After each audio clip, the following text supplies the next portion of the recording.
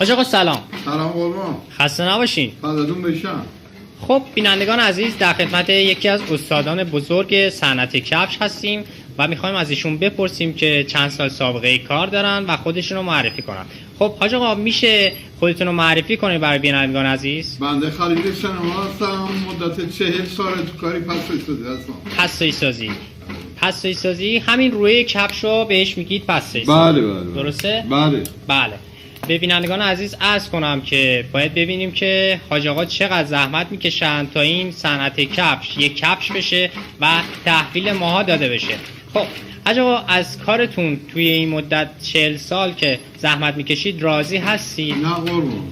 چرا؟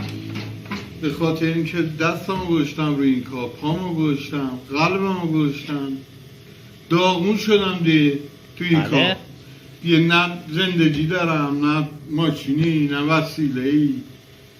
خیلی این کار چیر یا تخمیه. ببخشید حاج آقا آرزوتون چیه؟ آرزو دارم که این چیز که این چکشا داد دست ما، مشترات داد دست ما، گردانا داد دست ما، بلندش به تو قب بکشنش بیرون.